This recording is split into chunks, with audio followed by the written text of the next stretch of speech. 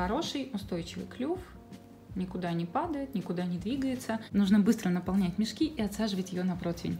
Возьму насадку звездочка, вот такая у меня интересная есть, и просто добавлю туда белой меренги. Безешки белого цвета очень красиво смотрятся. Отправляю в мешок лопатку с меренгой, поджимаю пальчиками, вынимаю чистую. Затем беру мешочек вот таким вот образом и немножко его подавлю для того, чтобы воздух вышел. Затем вот сюда вот меренгу сдавливаю. Если вы опытный, вы можете просто вот так вот закрутить мешок и работать. Но поначалу я всем советую пользоваться вот такими зажимами, либо канцелярскими резинками, чтобы у вас вот отсюда ничего не вываливалось, особенно если мешок полный. Если работаете с большим количеством цветов, то советую кончики насадки прятать под влажное полотенце, чтобы меренга не подсыхала. Если она насохнет вот тут на кончике насадки, то у вас будет выходить некрасивый рисунок. Он такой, как расплывчатый. То есть меренга нормальная, но рисунок закругленный только потому, что на лепестках много насохло меренги. Работаем быстро. Сейчас буду красить меренгу в желтый и салатовый цвет. То есть сначала выкрашу желтый, отделю себе в мешок, затем салатовый. Краски много не добавляйте. Она, во-первых, горчит. Во-вторых, если ее слишком много, она будет красить язык. И в-третьих, это некрасиво смотрится чаще всего, не очень стильно. Хорошо смотрятся вот такие нежные пастельные оттенки. Долго меренгу не вымешивайте, старайтесь делать это быстро и очень аккуратно. Так, здесь слишком мало желтого, добавлю еще. Советую то место, куда вы капнули краску, сначала подмешать вот так, сделать концентрированный такой желтый оттенок, а потом его уже вмешивать в общую меренгу. Это позволит ей лучше распределиться и меньше делать вот таких движений. Из-за этих движений меренга разжижается, поэтому чем быстрее вы ее покрасите, тем лучше. И отправляем ее в кондитерский мешок. Натягиваем его на руку. Тут у нас получается вот такой стаканчик. Небольшое количество набираю, закрываю. Давлю на пакет. Стягиваю меренгу и фиксирую зажимом. Салатовая меренга делается очень просто. Капаем его в желтый цвет. Затем вот тут хорошенечко перемешиваем, то есть не во всю массу вмешиваем, а вот тут вот где-нибудь с краю. Я думаю, что еще нужно капельку зеленого, но немного, чуть-чуть. На такое большое количество 2 капельки зелени будет достаточно. Если вы видите, что вы переборщили с зеленью и у вас получится очень ярко, вы можете сейчас вот этот кусочек просто взять и убрать. А то, что у вас там осталось, вмешивать уже в общую массу. Хорошенько ребром лопатки снимаем со стенок, чтобы у вас был однородный тон. И аккуратненько лопаткой, но быстро перемешиваем всю массу. Очень красивый салатовый цвет получается, невероятно красивый. То, что нам нужно. Отправляю в кондитерский мешок с насадкой лепесток розы. А розовый и сиреневый цвет выкрасим прямо в чаше миксера. Капаю розовый. Можно побольше, он красиво смотрится, но опять же не переборщите, чтобы не горчило. Вот теперь вмешиваем в общую массу. На максимальных оборотах буквально 5 секунд. Через 5 секунд останавливаю. Быстренько счищаю со стенок и со дна непромешанную белую меренгу. Работаю очень быстро. То же самое снимаю вот отсюда с венчика. Выбиваю венчик. И уже вручную домешиваю то, что осталось на дне и на стенках. Вот такой нежный, красивый розовый оттенок. Беру насадку «Звезда закрытая» и отправляю туда достаточно большое количество меренги.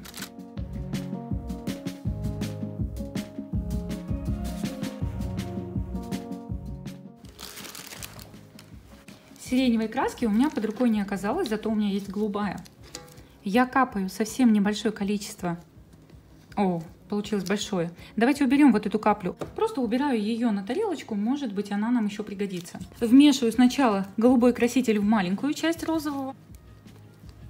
Затем туда же домешиваю остатки. А затем уже соединяем со всем розовым. Отправляем в насадку звездочка номер 16 или 18. В руках держите всегда влажную тряпку для того, чтобы очищать кончик насадки, потому что он достаточно быстро подсыхает и рисунок становится нечетким. Начнем с елочек. Насадка роза 104, цвет зеленый. Первое, что мы делаем, это приклеиваем палочку. Палочка должна войти в меренгу на 2/3. Сильно ее не придавливаем. Если вы сильно придавите, то под ней будет мало меренги. И такая безешка, когда уже высохнет, она может упасть с палки. Дальше ставим насадку острой стороной вверх. Вот, посмотрите, она выглядит как капелька. Толстенькая будет вниз к коврику, а остренькая вверх. Начинаем с верхней части елочки. Держим насадку под углом 45 градусов. И начинаем отсаживать. Отсаживайте плотно, чтобы не было промежутков у елочки. Прекратили давить и аккуратно убрали в сторону.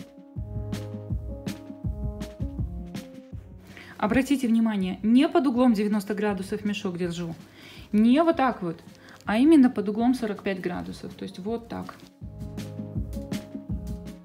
Давите плотно, мощно, рисунок крупный.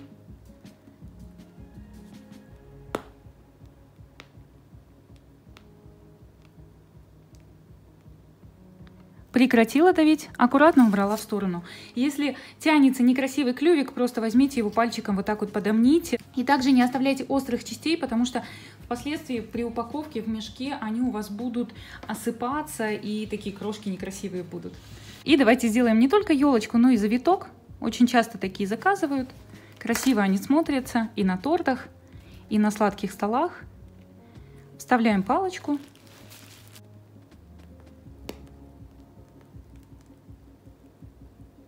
Прекратила давить, убрала в сторону. Если хотите, пока она влажная, вы можете использовать сверху посыпки. Это тоже очень здорово смотрится. То же самое на елочках.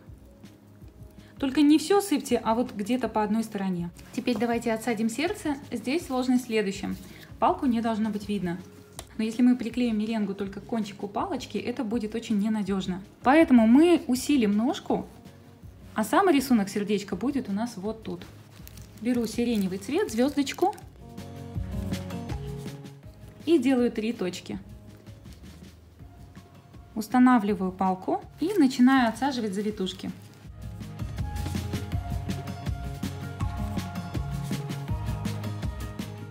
Они очень маленькие, очень-очень. Такой длинный клюв не оставляйте, он может у вас осыпаться в пакетах. Но если устанавливаете на торт, то в этом проблем нет. Вот о чем я говорила. Обязательно почищайте кончик. Благодаря этому рисунок у меренг будет более четким. Маленькие, аккуратненькие завитушечки. Я практически нахожусь на одном месте. И в промежутке отсаживаем вот эту звездочку. То есть мы начинаем с крупных элементов, затем заполняем пространство средними элементами. У нас это звезда сиреневого цвета.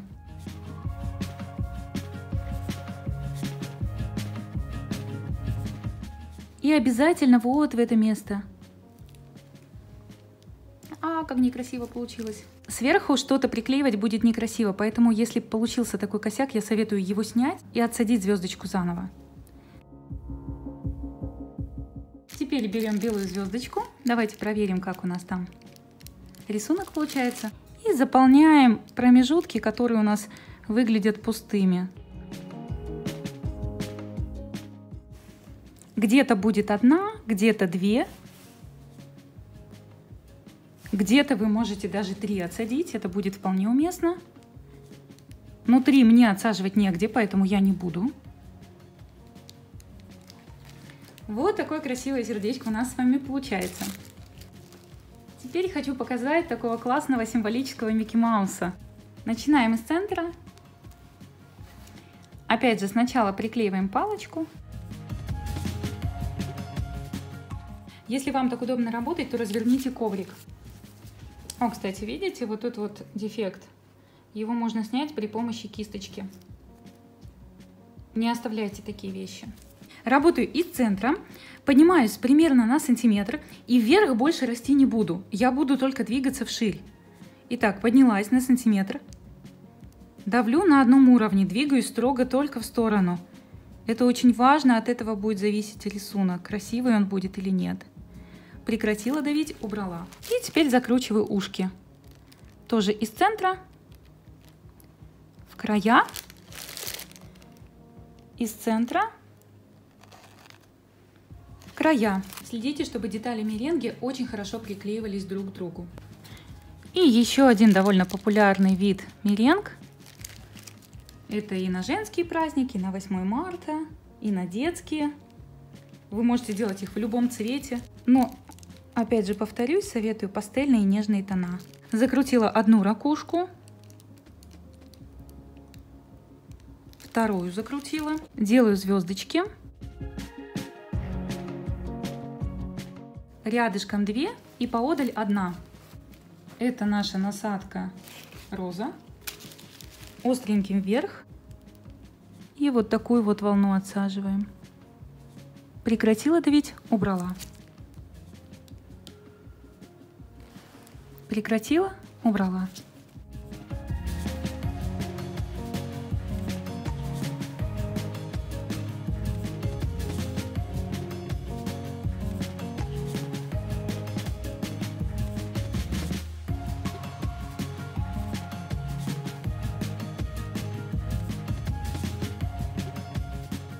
И можно взять насадку, листик, снять розочку, опять фиксируем. Насадку держим не вот так, а вот так, как будто птичка зернышки клюет. Она не вот так это делает боком, а вот таким вот образом. Технология следующая. Давим, давим, давим, приклеились, убрали. Это сильно длинный клювик. Он у вас обломится, это тоже. Прекратила полностью давить и убрала.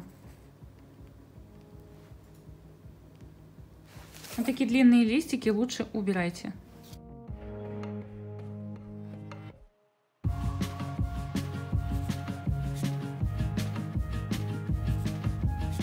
Смотрите, есть такое правило, что большие меренги должны отпекаться с большими. Это связано с тем, что маленькие, когда пропекутся, они начнут уже терять цвет, то есть пересушиваться, а эти еще сырые. Вынимать в противень и доставать оттуда маленькие неправильно, потому что большие, если они еще влажные внутри, они просто потрескаются из-за того, что тут корка, там влажно, все горячо, пар пошел и резкий перепад температур, трещины, и все будет плохо. Поэтому большие выпекаем с большими. Если вы хотите, чтобы цвет остался, то выпекайте не выше 70 градусов, лучше даже 60-65. На такие большие безешки уйдет примерно 2-3 часа. Именно поэтому заполнять вот эти промежутки маленькими безешками не очень правильно. То есть берем и сюда какие-нибудь более или менее крупные вот такие завитушки отсаживаем, которые мы потом можем использовать на торты или еще где-либо. Они не такие уж и мелкие, они будут так же долго печься, как и наши основные меренги. Поэтому пространство между большими безешками можно тоже использовать. Но, повторюсь, не под маленькие, а только под большие завитушки. Духовка у меня уже разогрета на 60 градусов. Если есть конвекция, то лучше ее, потому что так меренги будут более равномерно пропекаться. Не будет такого, что где-то уже горит, а где-то еще сырое. Но если конвекция слабая, то смысла в ней нет. Лучше тогда использовать режим вверх-вниз. В процессе выпечки духовку не открываем. Можно взять где-то через час, резко ее приоткрыть, выпустить пар. Буквально на секунду вот так открыли, закрыли, и все. Если вы будете любопытствовать, ой, а что там, повторюсь, они потрескаются. То есть дайте им спокойно пропечься до полного высыхания, чтобы внутри не было никакой тянучки. Тогда они у вас не потрескаются. Трескаются также от высокой температуры и горят, цвет теряют. Поэтому ни в коем случае не выше 65 градусов для таких сложных цветных меренг. Еще есть очень классный вариант подачи меренги. На торты можно использовать, можно отдельно упаковывать пакетики. Это вот такие стаканчики вафельные, они продаются отдельно в магазинах, стоят недорого. И также можно самостоятельно такие изготавливать. Вы просто берете и заполняете меренгу. Можно туда ее внутрь, можно начать только сверху. Делаете вид, как будто это у вас мороженка. Вот таким вот образом. И аккуратненько на бочок кладете в духовку сушиться. Естественно, вместе с большими меренгами. Эти же стаканчики можно заполнять уже сухими меренгами.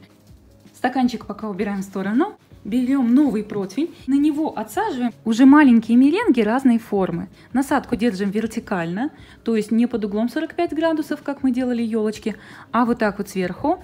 Касаемся кончика стола, стоим на месте, давим, прекратили, убрали. Получается плоская звездочка. Если хотите звездочку длинную, объемную, то приподнимитесь над краем стола на примерно 1 сантиметр, как бы в воздухе отсаживаете, прекратили давить и мягенько убрали. Получилась вот такая длинная. Но для упаковки, для доставки вот такие вот меренги не хороши. Видите, длинный какой клюв? Они подходят на торты. Когда вы их никуда не убираете, ни в какие коробочки, это очень удобно. А так для упаковки, для доставки старайтесь делать вот такие вот короткие звездочки. Еще раз, поставила насадку прямо на стол, давлю, прекратила давить, это важно, и резко убрала.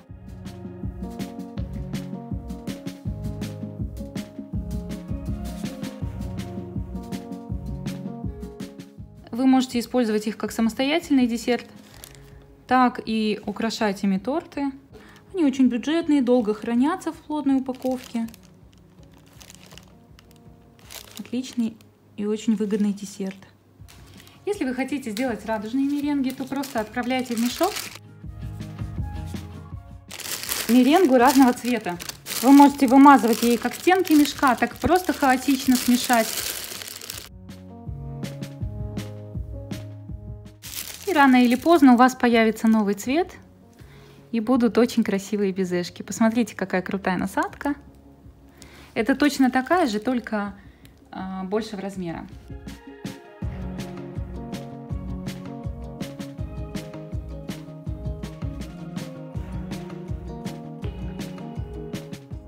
Эти малыши должны провести в духовке до полного высыхания примерно час-полтора. Примерно минут через 40 можно резко открыть духовку, буквально на секунду вот так вот раз открыл и сразу закрыл, и выпустить влагу.